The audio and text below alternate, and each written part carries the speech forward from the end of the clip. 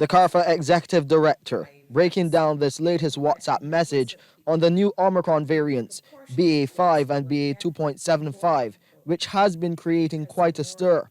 According to Dr. St. John, this message is a cut and paste of previous ones circulated on social media. I get a lot of what circulates in the community, the Caribbean community. No, not just Barbados.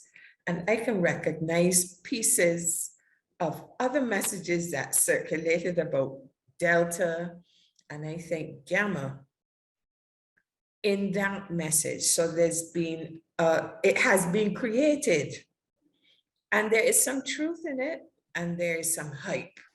So let's examine the truth against the hype on these new variants. The WhatsApp message speaks to the toxicity of Omicron being 5 times higher than that of the Delta variant, and the mortality rate also being higher. The CARPHA boss says there's no evidence the new variants make you more ill than earlier Omicron strains, as suggested in the message.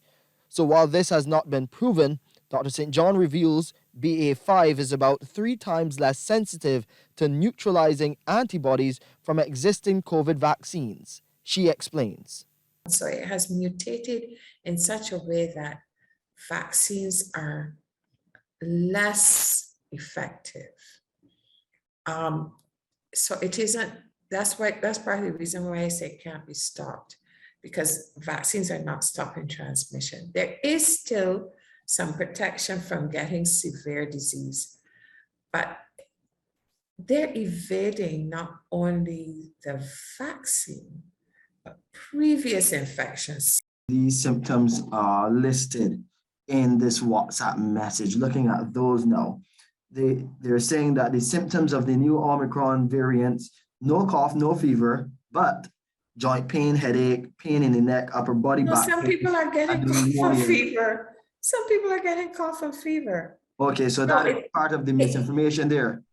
There's a range of symptoms depending on the person and depending on which part of the respiratory tract it's invading. So you can still get those. And then there's some people who, like with the original Omicron, had no symptoms at all. Dr. St. John is now calling on officials in Barbados and the region to prepare their healthcare response for higher levels of COVID infection and reinfection with the emergence of these new variants here. If we are likely to be having transmission of BA5, BA2.75 at the same time, I would like more of a focus, and you're questioning the Ministry of Health of Barbados of what they're putting in place. Dr. St. John is appealing to Barbadians to go to the trusted sources, for example, the CARPHA, PAHO, or WHO websites for more information on the BA5 and BA2.75 variants. And according to her, vaccination and boosting, mask wearing, and hand sanitization are still all the best line of defense against these new strains of COVID-19. Shane Seeley, CBC News.